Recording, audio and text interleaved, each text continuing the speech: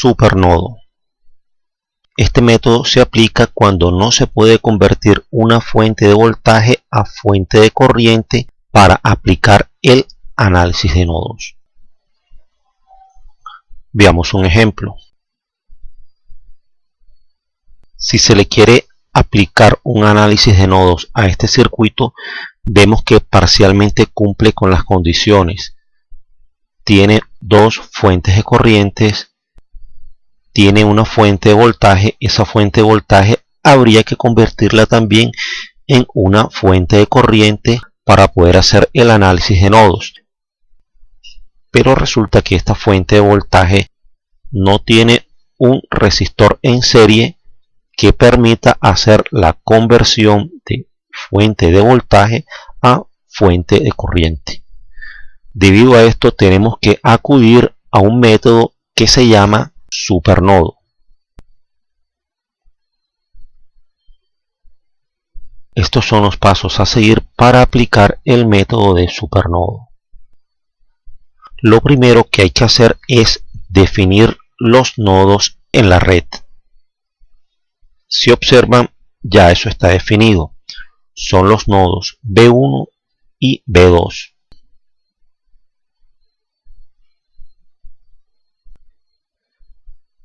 Toda esta conexión corresponde al nodo B1 y toda esta conexión corresponde al nodo B2. El segundo paso dice sustituir las fuentes de voltaje independientes con cortocircuitos.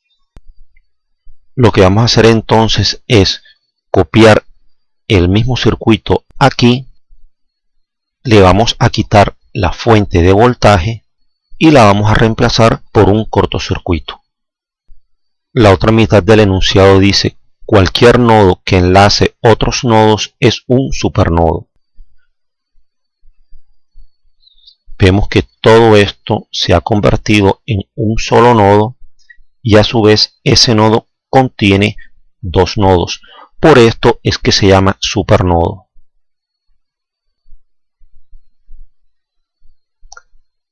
El tercer punto es aplicar la ley de corrientes de Kirchhoff a los nodos definidos en la red. Vamos a iniciar con el supernodo. Al supernodo vamos a aplicarle entonces la ley de corrientes de Kirchhoff. Esa ley dice que la suma de las corrientes que salen del nodo es igual a la suma de las corrientes que entran a ese nodo. Vamos a dibujar entonces las corrientes que salen. Esas corrientes son las que van del nodo hacia las resistencias. Aquí tenemos una corriente, aquí tenemos otra corriente y aquí tenemos otra corriente.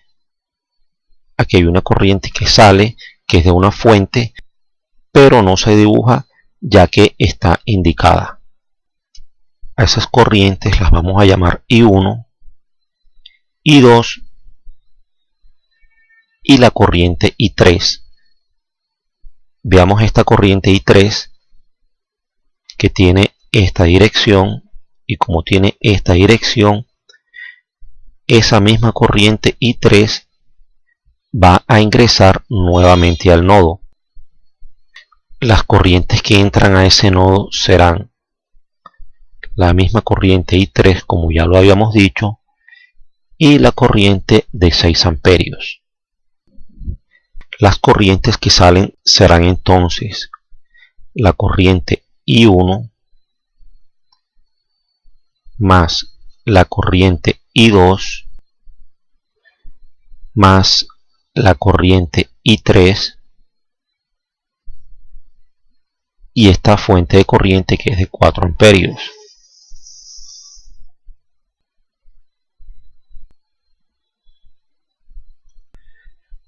Esto es igual a las corrientes que entran, y las corrientes que entran tenemos la corriente I3 y tenemos la corriente de 6 amperios. Podemos apreciar que a cada lado del igual está la corriente I3 con el mismo signo, es decir, que se cancela. Ahora vamos a separar los términos y. Quedaría entonces I1 más I2. Esto es igual a 6 amperios. Y esta corriente de 4 amperios pasa del otro lado del igual con signo negativo, es decir, menos 4 amperios. La corriente I1, esta, por ley de Ohm, esa corriente será igual a la caída de voltaje en este resistor, que es el mismo voltaje V1 dividido entre el valor resistivo. Decíamos que I1 es igual a V1 dividido entre la resistencia de 4 ohmios más la corriente I2, que es esta corriente, por ley de Ohm, es igual a la caída de voltaje en esa resistencia, que es el mismo voltaje 2, dividido entre la resistencia. Decimos que es V2 sobre 2 ohmios. Esto será igual a 6 amperios menos 4 amperios, es 2 amperios. 1 entre 4 es igual a 0,25, que multiplica a V1. 1 entre 2 es igual a 0,5, que multiplica a V2. Esto es igual a 2 amperios. Y este resultado lo acomodamos aquí. Procedemos a borrar todo esto. El cuarto paso dice: relacione los nodos definidos con las fuentes de voltaje independientes de la red y despeje los voltajes de los nodos. Para relacionar los nodos definidos con las fuentes de voltaje independiente, lo que vamos a hacer es lo siguiente. La fuente de voltaje independiente es una fuente de voltaje de 12 voltios. Esa fuente de voltaje, ¿a qué será igual? Vemos que en sus terminales están los voltajes V1 y V2. Es decir, por la polaridad de la batería, los 12 voltios de la fuente es igual a V1 menos V2. Hemos obtenido dos ecuaciones. Vamos a colocar esas ecuaciones una debajo de la otra, y lo que podemos apreciar es que tenemos dos ecuaciones y dos incógnitas. Es decir, tenemos un sistema de ecuaciones lineales de 2 por 2. Un sistema de ecuaciones de 2 por 2 se puede resolver por determinantes, por el método de igualación, por el método de sustitución y por el método de eliminación. Pero para hacerlo más rápido, vamos a resolverlo con una calculadora. La calculadora eCalc es una calculadora que funciona en línea y también se puede descargar esa calculadora. La he direccionado desde videotronica.blogspot.com. Ese es el blog donde he organizado todos los videotutoriales referentes a análisis de circuitos.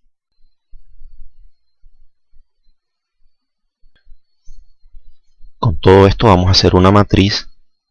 La matriz sería 1, menos 1 y 0,25, 0,5, 12 y 2. Esta es nuestra calculadora. Vamos a hacer clic en esta pestaña que se llama Sidebar. En este botón Solve vamos a hacer clic. Aquí dice Linear Equation Solver.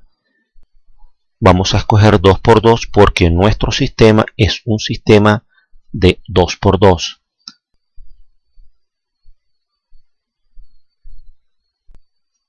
Estas casillas es esto mismo que les estoy mostrando aquí. Lo que vamos a hacer es llenar esas casillas.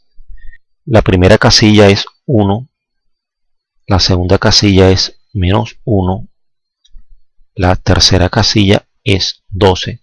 Vamos ahora con la segunda línea. 0.25, 0.5 y 2. A continuación hacemos clic en el botón Solve. Esta es la respuesta. Eso quiere decir que el voltaje en el nodo 1 es igual a 10.667 y el voltaje en el nodo 2 es igual a menos 1,333 voltios. El voltaje B1 es igual a 10.667 voltios y el voltaje en el nodo 2 vimos que es menos 1.333 voltios. Vamos a hacer una nota o una aclaración.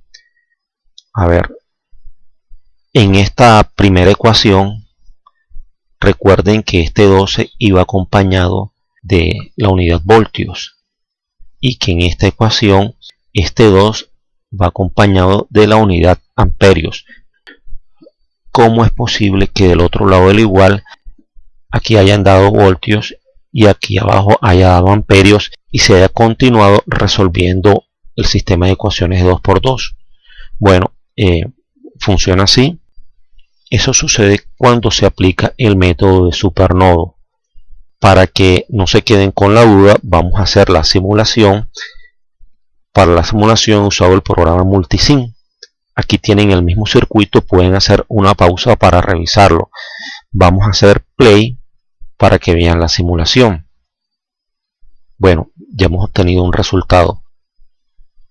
Vean lo que marcó el voltímetro de la izquierda, dice 10.667.